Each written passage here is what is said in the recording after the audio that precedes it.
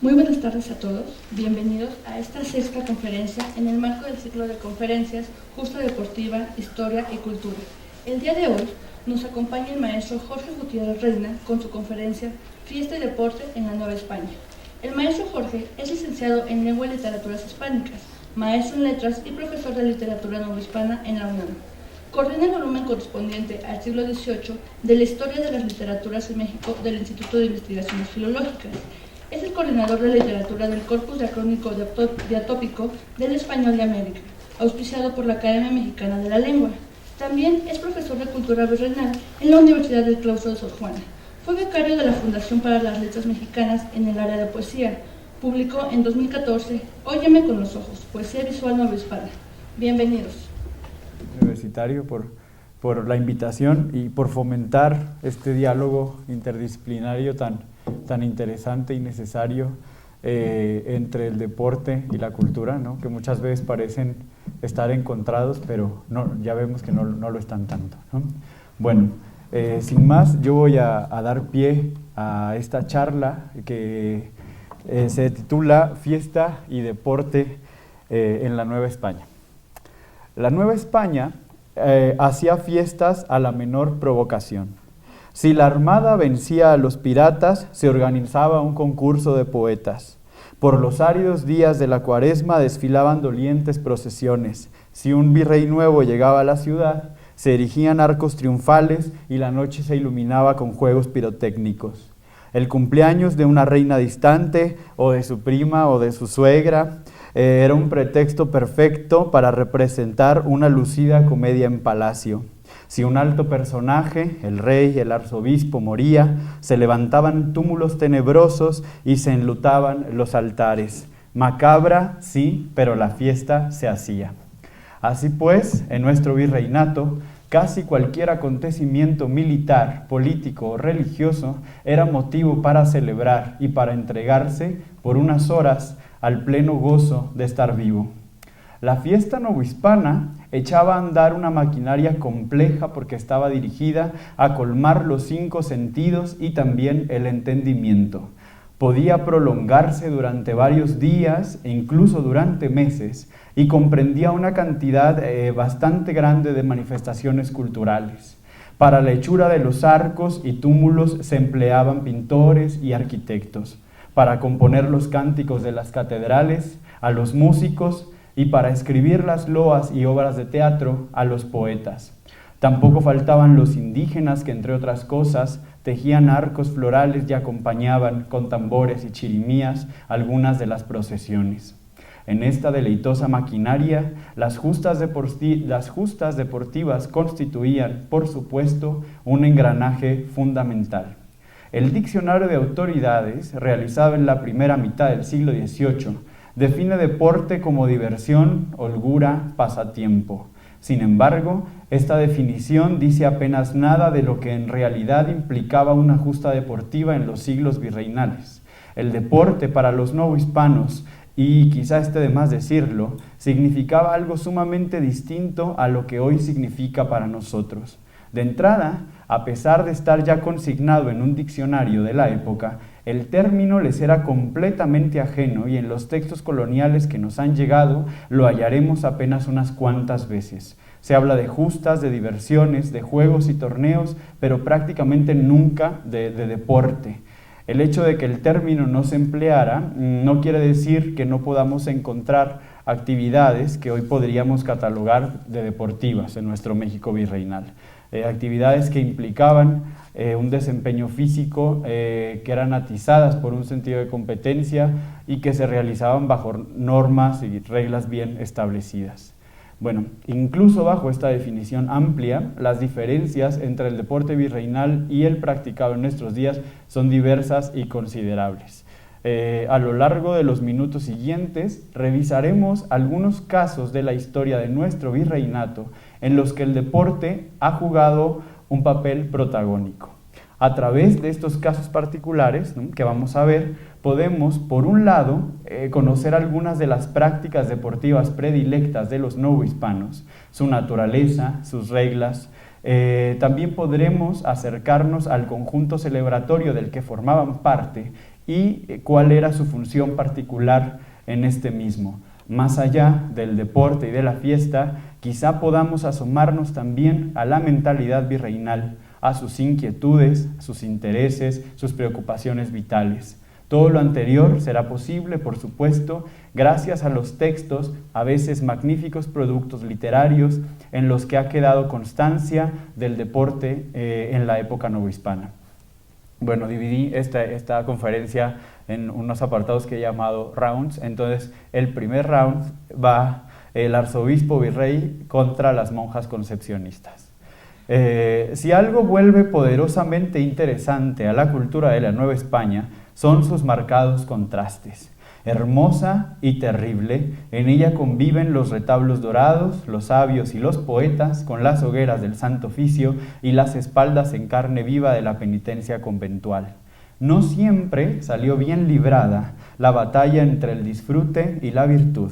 Algunos, para quienes todo aquello que no fuera recogimiento, oración y penitencia no era sino inútil y desmedida vanidad, reprobaban las justas deportivas. Una corrida de toros hizo, a principios del siglo XVII, las veces de manzana de la discordia en un episodio escandaloso en el que se enfrentaron un arzobispo virrey, Fray García Guerra, y dos esposas de Cristo del Real Convento de Jesús María.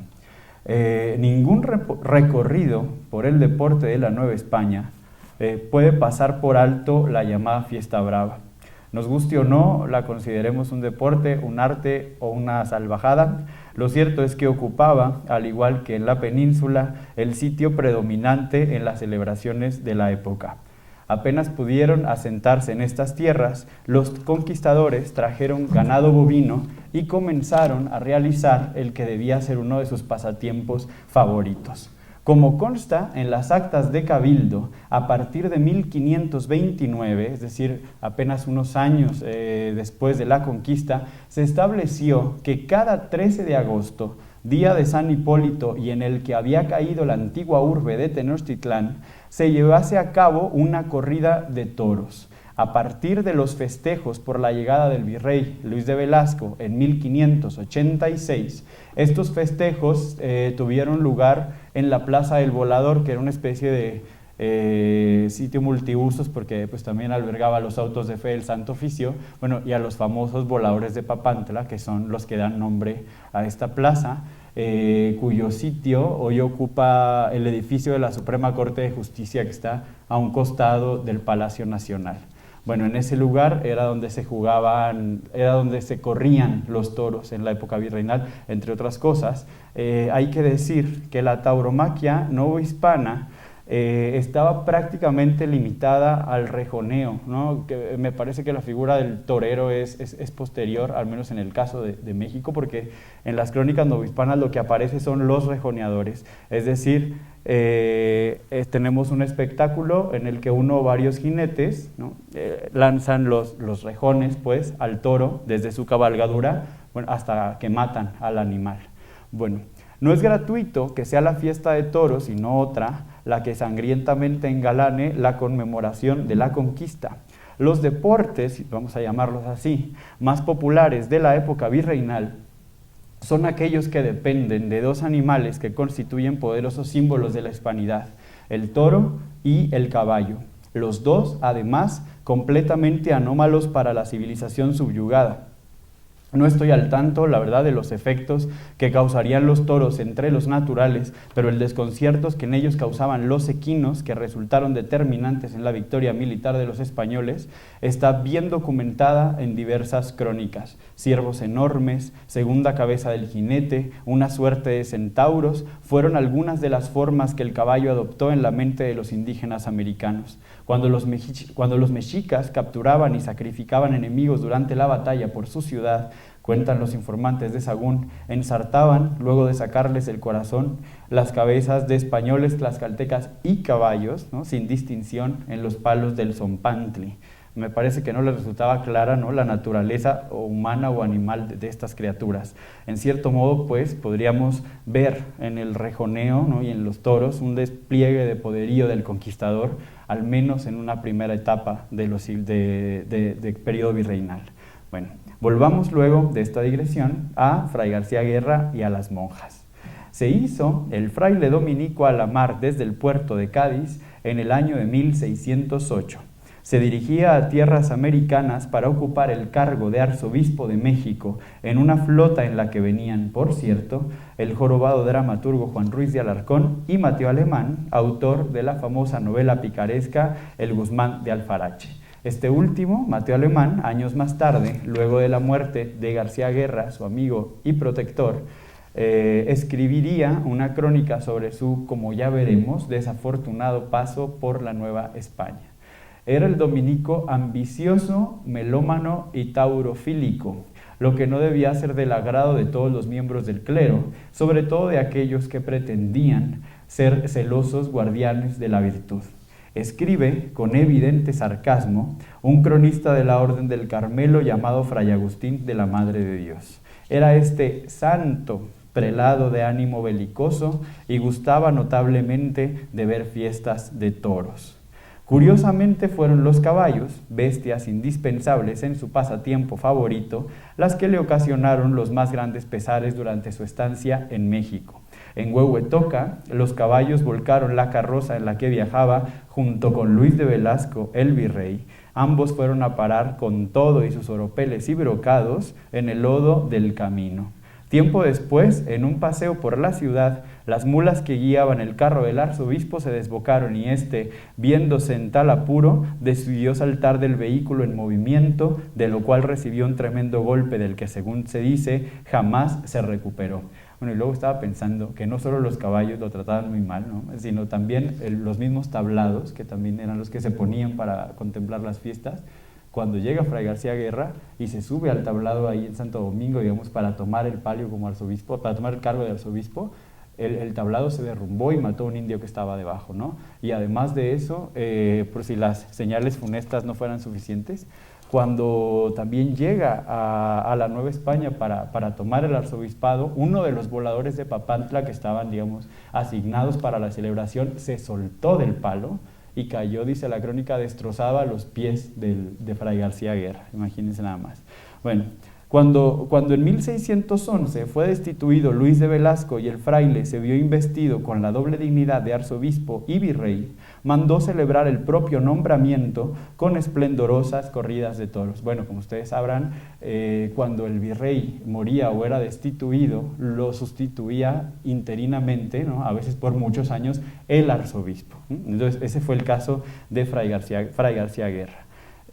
Dispuso que nada más ni nada menos se llevaran corridas de toro, bueno, se corrieran toros cada viernes con el respectivo gasto que ello conllevaba, gasto que por supuesto provenía de las arcas del Estado. Por si fuera poco, dado que, como refiere Mateo Alemán, a su hábito no era tan decente salir en público, ordenó que se construyera una plaza de toros dentro del palacio para poder disfrutar del espectáculo sin tener que mezclarse con el pueblo. Aunque lo anterior no debió ser del agrado ni de la audiencia, ni de los cabildos, ni de nadie, las más afrentadas con tales despilfarros eran sin duda dos monjas del convento de Jesús María que tenían, al igual que Fray García Guerra, grandes ambiciones, Sor Inés de la Cruz y Sor Mariana de la Encarnación. Desde hacía muchos años habían soñado con fundar el primer convento de carmelitas descalzas de México y a pesar de su perseverancia habían visto frustrados sus intentos uno por uno. Como ya dijimos, el arzobispo era un amante de la música y puesto que la hermana Mariana era tan celebrada de música excelente, dice el cronista de los carmelitas, frecuentaba el arzobispo el ir a visitarla. En estas visitas le había prometido tanto a Inés como a Mariana que en cuanto fuera virrey, además de arzobispo, les daría el dinero necesario para que fundaran su dichoso convento. El virreinato finalmente llegó y en lugar de cumplir con su promesa, Fray García Guerra derrochó el dinero en la construcción de su plaza privada y sus corridas de toros. El arzobispo, sin embargo, no se salió del todo con la suya porque, como refiere el cronista carmelita, Estando ya la gente en los tablados y abierto el toril para que se corriese el primer toro, empezó la tierra a dar vaivenes tan grandes que parecía desencuadernarse de sus cimientos fijos, con un estruendo tan desordenado que causó horrible temor. Arrojábanse unos de los tablados, otros de las azoteas, y levantóse una gritería que parecía venirse el mundo abajo. Un sobrino de Fray García Guerra, que había entrado a la plaza para dar una carrera sobre su corcel, con la que debía dar inicio el espectáculo, no detuvo el galope a pesar de la tremenda sacudida de la tierra. En cuanto comenzó su vuelta por la plaza, comenzó el terremoto, y justo en el momento en que terminó de rodear la arena, la tierra también detuvo su bamboleo. El suceso extraordinario lo cuenta Mateo Alemán de la siguiente manera: y queriendo los caballeros hacer carrera, la comenzó don Andrés Gera, sobrino de su señoría ilustrísima y capitán de su guarda, y habiéndola paseado, cuando quiso revolver el caballo, fue cosa de grande admiración, comenzó a temblar otra vez la tierra fuertemente, y tardó hasta que hubo corrido y sosegado el caballo, habiéndolo parado juntamente con tanta igualdad ambos movimientos como si fueran dos arterias de un mismo cuerpo. Bueno, la mente mágico-religiosa de los novohispanos veía en los hechos del mundo una consecución de milagros y hechos sobrenaturales. Lo que para nosotros meras coincidencias, para ellos eran mensajes inequívocos de la divinidad. Estos temblores, bueno, tanto para ellos, incluso para nosotros que a veces también tenemos una mentalidad bastante mágica religiosa, ¿no? No podían sino interpretarse como una manifestación de Dios que, encolerizado, castigaba al arzobispo virrey, en primer lugar, por preferir pagar por sus toros a la fundación de un convento, y en segundo, por celebrar corridas precisamente el viernes, día de la muerte de su hijo. Eso es precisamente lo que asegura la resentida Inés de la Cruz, que entre polvo, rejones y bufidos veía desvanecerse una vez más su deseo de fundar el convento carmelita. Cuando aquellos grandes temblores, dice la monja, aquellos grandes temblores de tierra, dióme el Señor a entender, era por los toros que el arzobispo virrey corría en viernes. Animosa le escribió una carta en la que le pedía que detuviera los festejos. Estos pararon, sí, pero no por la intervención de Sor Inés, sino porque el arzobispo virrey pasó a mejor vida pocas horas después del referido temblor. Cuenta Sor Inés que luego de enviar la carta, ¿no?, persuadíme a que había hecho una grande locura y que había de venir el arzobispo a ponerme en la cárcel. Por la mañana di gracias a Dios que había amanecido con vida. Supe que no se levantó más el arzobispo. El cadáver todavía estaba fresco cuando los médicos le practicaron una autopsia. Encontraron unos pulmones manchados, un corazón muy consumido y pequeño, unas costillas tan podridas que se deshacían entre los dedos. El cerebro lo enterró a las 9 de la noche el propio Mateo Alemán, alumbrado por una vela blanca en el sagrario de la catedral. Así, apenas 4 años después de su desembarco en San Juan de Ulúa, terminó la aventura americana de un arzobispo virrey aficionado a los toros, a quien el destino, como un potro desbocado, se llevó entre las patas. Al poco tiempo, en 1616, el par de monjas fundaron su anhelado convento de San José, en el que años más tarde ingresaría Sor Juana Inés de la Cruz como novicia y en el que tomaría el nombre con el que pasó a la historia. Debido a la aspereza de la regla, salió huyendo de aquel lugar apenas 3 meses después. Bueno, vamos a el segundo round, que es la cuadrilla azul contra la cuadrilla rosa en el juego de las cañas. La fiesta es efímera. La letra permanece. Además de las actas de cabildo y otros documentos similares, para conocer la historia del deporte en la Nueva España, contamos con las relaciones en las que escritores, prosistas y poetas daban cuenta de los pormenores de las celebraciones que acontecían en nuestro virreinato. Estos textos están muy lejos de ser una crónica o una suerte de reporte más o menos objetivo de lo acontecido.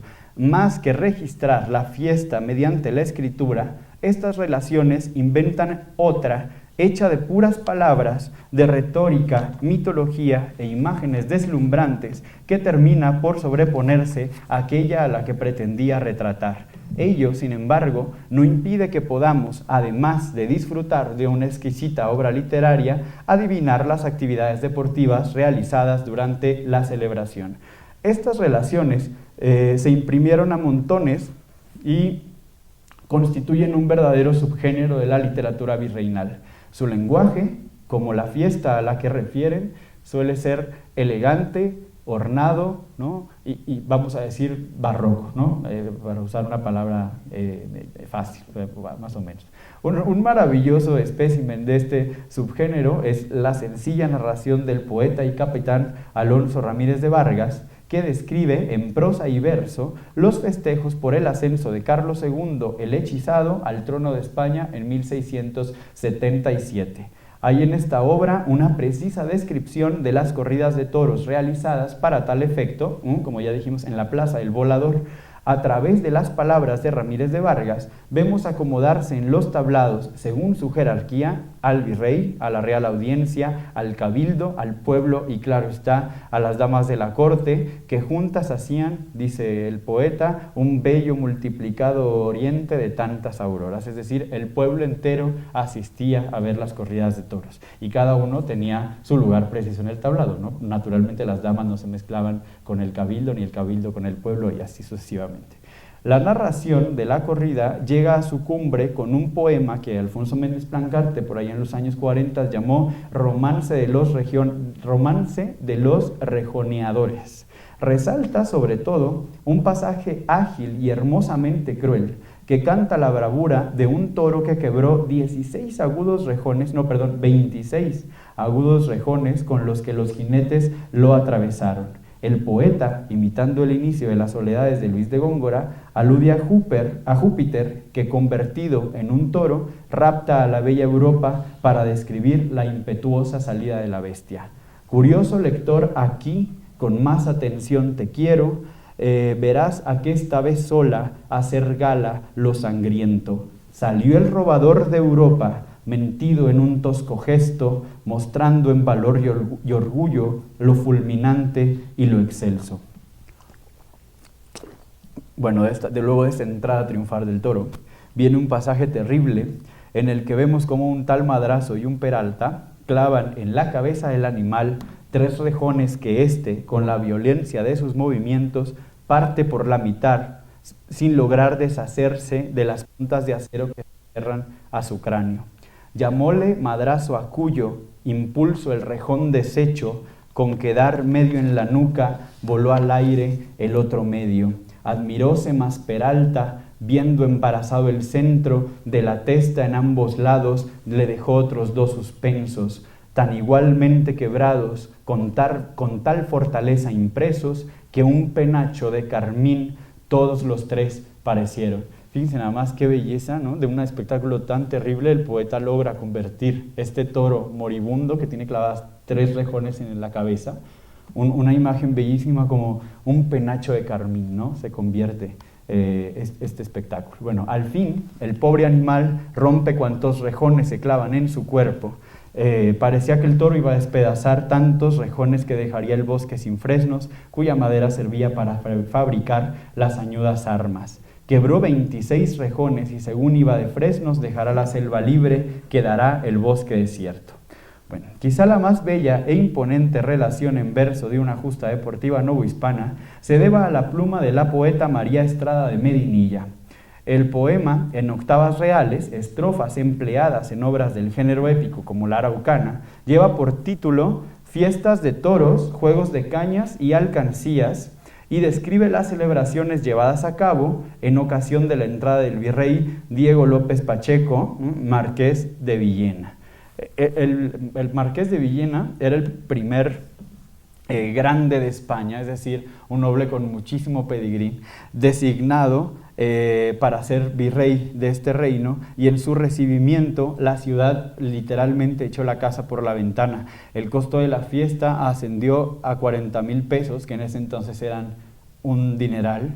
se le trasladó bajo palio, es decir, bajo una especie de lienzo que lo iba cubriendo el sol. Era un signo inequívoco de altísima dignidad y un privilegio del que no habían gozado ninguno de sus antecesores, ¿no? El palacio entero, incluso el palacio virreinal, se remodeló para estar a la altura del muy noble mandatario. De la autora de la relación no sabemos casi nada. Gracias a su obra nos queda claro que su habilidad para la poesía era excepcional. Mereció varias décadas antes de la 10ª musa que sus versos llegaran a la imprenta, logro no menor si se considera lo difícil que era para un poeta imprimir su trabajo y la muy difícil situación de las mujeres en los siglos virreinales. Sabemos también que debió pertenecer a la alta sociedad y que era muy dada a la etiqueta y la elegancia, ¿no? Como aclara en un poema a una prima suya, que era monja, pidió un coche para ir a ver la entrada del virrey, aunque el intento se frustró porque los carros se prohibieron. Lamenté lo infinito, dice, y tuve por ello que salir gran tragedia sin guardainfante, o sea, sin crinolina. Estrada de Medinilla demostró, como lo dice ella misma, que las hermosas pueden ser entendidas y aliñosas. Como indica su nombre, las fiestas de toros, juegos de cañas y alcancías describen las justas deportivas celebradas en honor del nuevo virrey. A partir de los toros, después de los toros, fueron los juegos de cañas el deporte más popular del periodo novohispano. Se trata de un juego propio de los árabes que se volvió sumamente popular en la España de la Edad Media y se prolongó la práctica hasta el barroco y hasta el Renacimiento y el barroco. La primera vez que se llevó a cabo en tierras mexicanas fue en 1522, es decir, apenas un año después de que cayera Tenochtitlán, con motivo de la llegada de Catalina Juárez Marcaida, la primera esposa de Hernán Cortés, ¿no? Bernal Díaz del Castillo refiere que a la llegada de esta señora hubo regocijos y juegos de cañas en la Ciudad de México. Desde entonces el juego era moneda corriente, sobre todo en las entradas de los virreyes. Solían realizarse en los llanos de Guadalupe, cerca de la Basílica, y también en la Plaza del Volador. Podían llegar a tener un componente altamente dramático, ¿no? Deporte y teatro en la Nueva España estaban íntimamente hermanados. En el recibimiento del marqués de Villamanrique en 1585, por ejemplo, el juego de cañas lo inauguraron 4 bellas ninfas montadas a caballo que recitaron una serie de bucólicos versos. El juego de cañas está conformado por una compleja cabalgata coreográfica que consta por lo general de varios momentos, ¿no? En el caso particular de los juegos descritos por Estrada de Medinilla, el juego es precedido por el rejoneo. Luego de que al gentílico ejercicio se interpuso paréntesis gustoso, como dice la poeta, hacen su entrada al coso 2 cuadrillas, es decir, 2 equipos de jinetes, cada una ataviada ricamente con vestidos de un color distinto. 8 cuadrillas alternadamente, hermosa variedad cuanto decente, reducíanse a solo 2 colores, marlotas de brocado de occidente, azul a una y con igual decoro, otra rosada en trambas fondo en oro. Entonces había 2 equipos que estaban muy bien diferenciados por el color del uniforme. Una vez en el ruedo, la mitad de los caballeros se coloca en un extremo y el resto en el otro. Atraviesan del son de las trompetas incitados, ¿no? Como dice la poeta, los jinetes la plaza a todo galope en parejas encontradas. El lucimiento de este ejercicio radicaba en la capacidad de los jinetes de acompasar sus movimientos que, dada la rica vestimenta y armadura de los caballeros, debían ofrecer un espectáculo maravilloso. Los hierros de las lanzas y los cuentos, los penachos, las bandas, los listones, los brazos, las adargas, los alientos, el partir, el pulsar de los talones, tan compasados eran, tan atentos en imitarse entonces las acciones, que en riqueza, caballos, garbo y modo se llevaron la voz del pueblo todo. Bueno, luego de estas carreras, los jinetes entraron, en el caso de los festejos que estamos revisando, a cambiar sus caballos, dice Estrada de Medinilla, más por ostentación que por cansados. Entre tanto, el nuevo virrey y las autoridades arrojaban pequeños obsequios a la masa, frasquitos de plata con perfume, algunas pastillas, algunas golosinas varias, porque al pueblo pan y circo, ¿no? Luego de que la gente volviera a ocupar sus lugares, volvieron a entrar al coso los jinetes para ofrecer el plato fuerte del espectáculo, que es decir, la escaramuza, el combate con cañas. Las cuadrillas iban girando por la plaza, dando vueltas sobre sí mismas como un caracol, de modo que fueran quedando por turnos la una frente a la otra. Ya enfrentados, una lanzaba las cañas y la otra se defendía con los escudos. La batalla, aunque fingida, tanto encendió los ánimos de los competidores que parecía que las inofensivas cañas habrían de volverse armas mortales. La escaramuza traban con tal arte que aun los que saben la verdad entienden que es aquella batalla de venganzas y que las cañas se han de volver lanzas. Hace y deshace vueltas enroscadas el tortuoso caracol ligero, ya otra vez las dos huestes encontradas, cada cual su opinión sigue guerrero, y en uno y otro puesto osadamente, plantados se provocan frente a frente. Los caballeros lanzaron las cañas tan fuertemente que algunas habrían podido atravesar las recias armaduras, otras habían podido volar hasta la región del fuego y llegar tan alto que hubieran tardado muchos años en volver a caer. Hubo golpe de brazo tan valiente que un cuerpo armado penetrar pudiera, pasando de la adarga resistente el ante duro como blanda cera. Aún más allá de la región ardiente, recudida subió caña ligera, tanto que desandar en años 100 no podrá lo que anduvo en un momento. Bueno, lo que dice María Sabinilla es que si ahorita nosotros vamos y nos paramos en la Plaza del Volador, a lo mejor nos va a caer una caña de aquellas que lanzaron tan alto, ¿no?, en el siglo XVII. Bueno, perdón, la Newton todavía no publicaba nada y ella no tenía idea de la gravedad. Los juegos se reanudaron al otro día, nada más que en vez de rejoneo, esta vez hubo un espectáculo mucho más cruel, que es el de el toro enmantado. Es decir, se le clava al toro pirotecnia y este muere en medio de la plaza entre espasmos e intentos de deshacerse de los cohetes que lo consumen vivo. Era un espectáculo habitual que divertía tanto al virrey como a la masa, ¿no? Y esto quizá no deba sorprendernos demasiado porque finalmente nos encontramos ante una sociedad que se entretiene escuchando los gritos de los reos del Santo Oficio entre las llamas.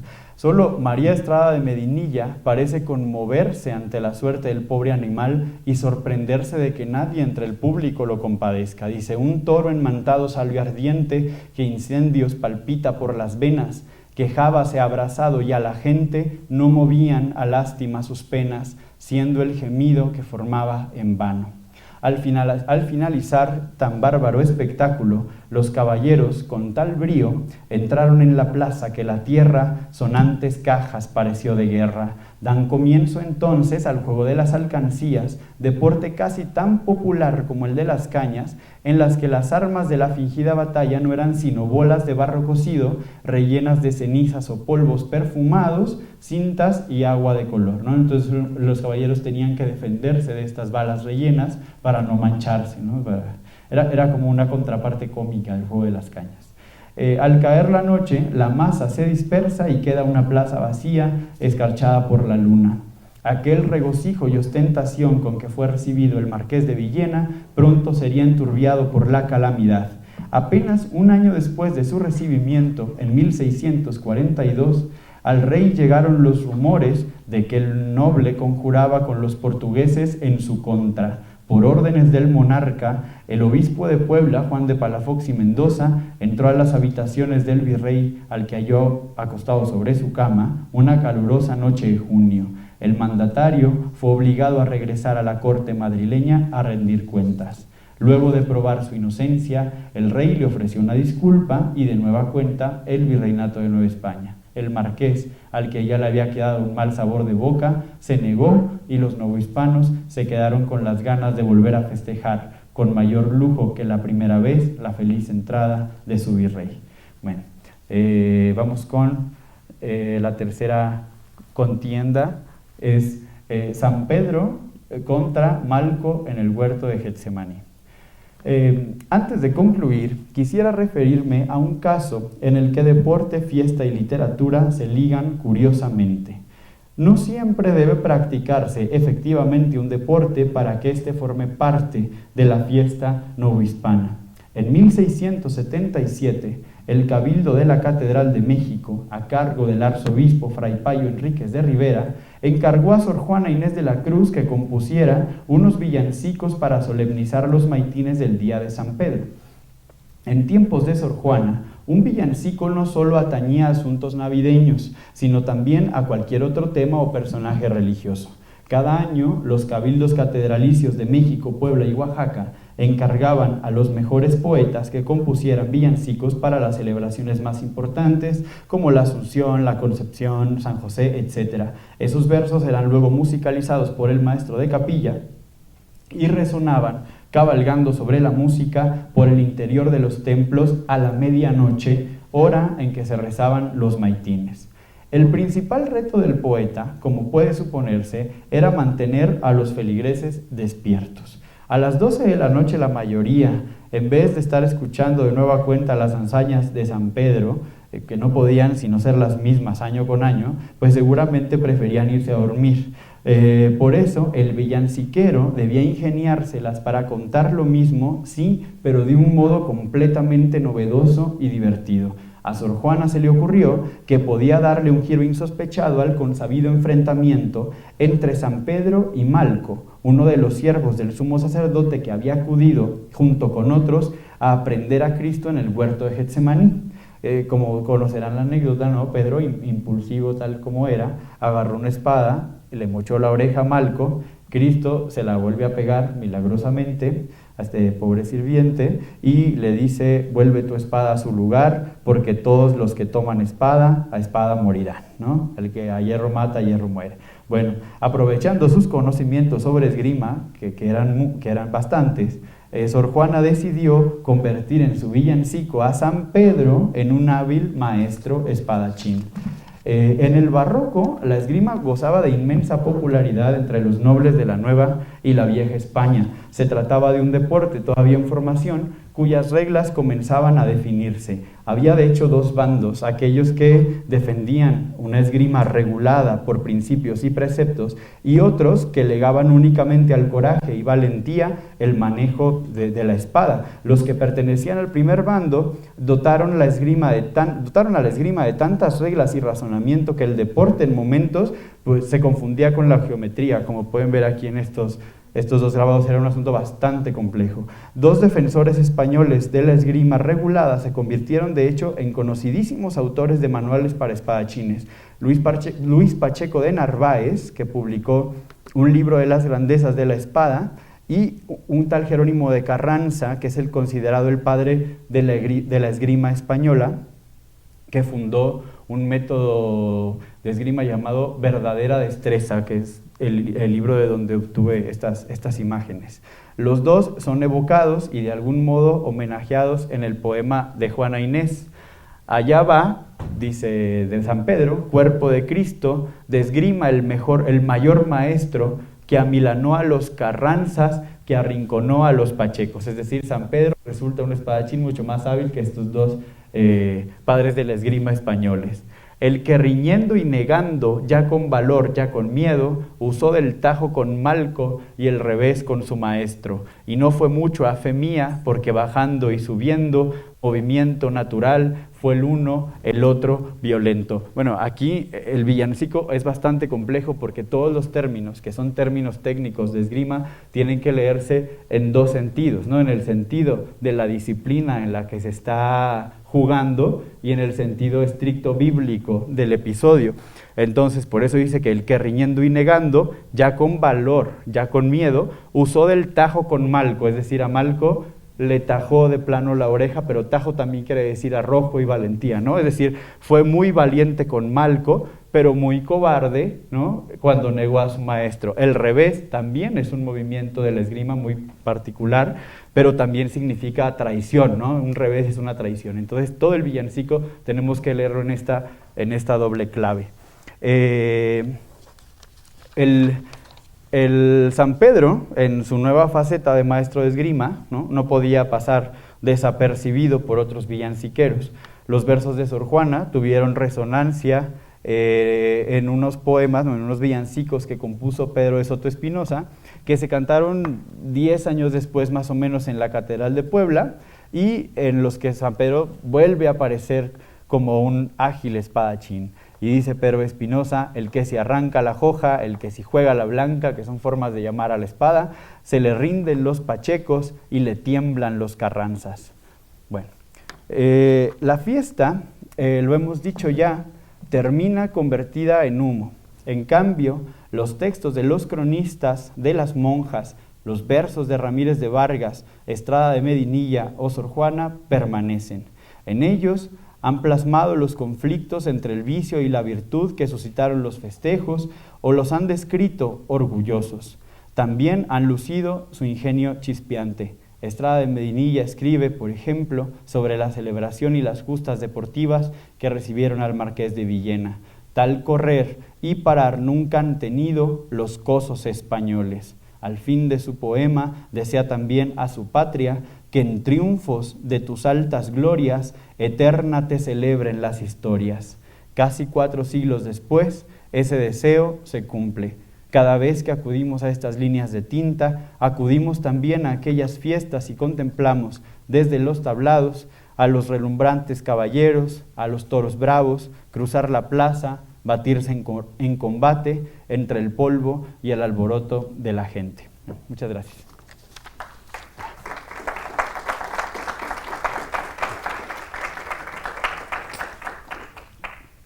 Ahí está. Bueno, si alguien quiere hacer algún comentario o una pregunta, pues ahora es momento. Sí. Muchas gracias por la plática interesante, llevada muy amena, le agradecemos mucho. Y sobre todo son temas que, pues, la verdad, los conocemos, pero hasta ahora como que nos necesitamos es una actividad física de manera ordenada como es el deporte. Ajá. Muchas gracias. Gracias. Sí. Maestro, pues muchas felicidades porque este es un tema rico en cuanto a datos. Yo quisiera preguntarle, en este contexto histórico, ¿cómo se concebía por los españoles conquistadores de la Nueva España la parte del deporte autóctono? Que sabemos que hay vestigios inclusive todavía de esta práctica, por el juego de pelota y otras manifestaciones muy bellas. ¿Cuál era el concepto que tenían los españoles de lo que significa el juego como actividad física y litúrgica, cosmogónica, y que pues también era un gran aporte que la parte de estos pueblos de la Gran Tenochtitlán venían realizando desde hace muchos años, siglos, dentro de sus rituales? Claro, muchas gracias. Usted preguntaba que cómo lo toman los conquistadores desde el punto de vista de actividad física. Yo creo que más que como actividad física lo tomaban como un espectáculo que aprovechaban para ofrendar sobre todo a los que llegaban de España, ¿no? Como una curiosidad, como algo muy exótico. Por eso le decía, cuando entra Fray García Guerra, hay juego de pelota indígenas, hay indios con chirimías, es decir, hay toda una muestra, ¿no? Como de la riqueza cultural del pasado prehispánico, pero no constituye de ningún modo el centro de la celebración, ¿no? El centro de la celebración son los deportes plenamente hispánicos, ¿no? Hay también pues los voladores de Papantla que casi siempre, ¿no? Siempre salían a escena. Es muy difícil, ¿no? que los novohispanos apreciaran la parte que tenía el juego prehispánico en su faceta, como usted dice, cosmogónica, ¿no? o ritual. Porque cualquier cosa que rozara, ¿no? con el paganismo o con la herejía, pues ya era sumamente sospechoso y digno de que el Santo Oficio lo persiguiera. Entonces no creo que lo vieran mucho por ese lado, ¿no? Era peligroso en el contexto del Santo Oficio.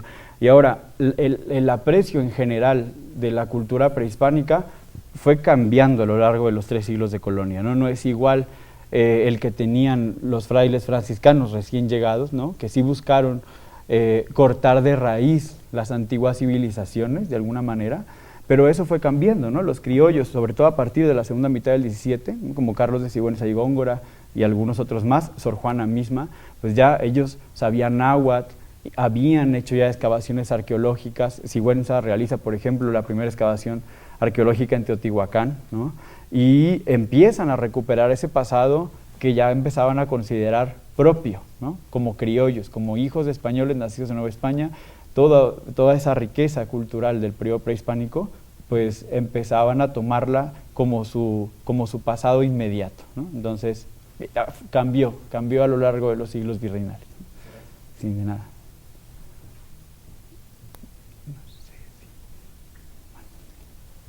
Bueno, pues, sí. De las mujeres dentro de esta sociedad, o sea, porque por un lado tienen esto como del espectáculo, del deporte, pero también es una sociedad sumamente católica, como muy del solipsismo y de ver hacia adentro y del cuerpo es malo. Entonces, primero, ¿cómo relacionaban el cuerpo y qué relación tenían las mujeres con el deporte? O con espectáculos donde se metía algún tipo de parte corporal o algo así. Ya. El deporte estaba vedadísimo para las damas, ¿no? O sea, María Estrada de Medinilla podía, digamos, jugar a los toros y a las cañas solo a partir de los versos, pero yo creo que nunca ni siquiera por la mente le pasó que ella podría haberse metido al coso, ¿no? Era un deporte reservado a los hombres y no a cualquier hombre, a los hombres de un cierto estamento social, ¿no? Jugar a las cañas o jugar a los toros estaba reservado para los caballeros nobles del virreinato, ¿no? Y las mujeres, claro, eso que tú dices del cuerpo es interesante. Claro que desde la vestimenta misma que hubieran requerido para practicar el deporte, ¿no? Pues ya desde ahí hubiéramos empezado mal, ¿no? O sea, para un nuevo hispano, que una mujer se pusiera, imagínate, las medias, por ejemplo, de los caballeros, pues ya era un escándalo absoluto, ¿no? Ellas usaban vestido, crinoline y estaban tapadas pues hasta aquí, de todas partes. Eso del cuerpo se ve muy bien, por ejemplo, en la comedia profana, en el teatro. En el teatro, las actrices, ¿no? Que eran como una especie de mujer como fuera de la sociedad, como digamos transgresora, ellas sí se vestían un poco para deleite del público masculino con ropa de hombre, y ellas sí se ponían mallas y eran a las únicas mujeres, yo creo que durante los 3 siglos de virreinato se les vieron las piernas, ¿no? Porque las demás pues, estaban siempre cubiertas.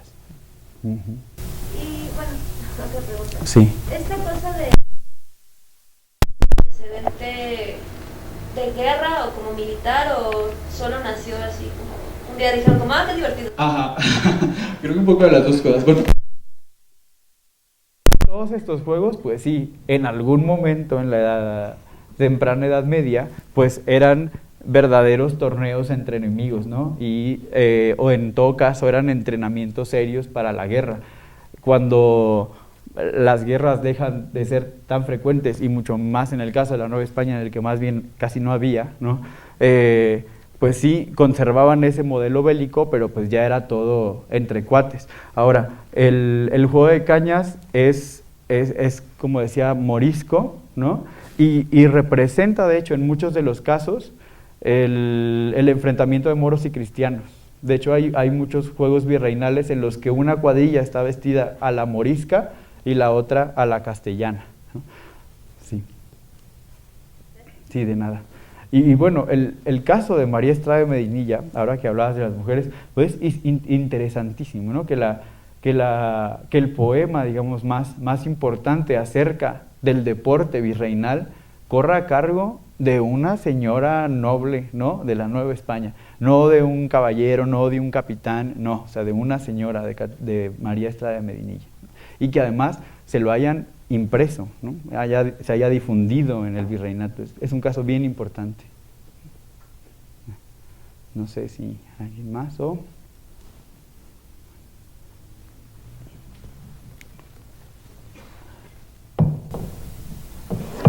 pues le agradecemos al maestro, agradecemos su asistencia y esperamos el próximo jueves a las 5:00. Gracias.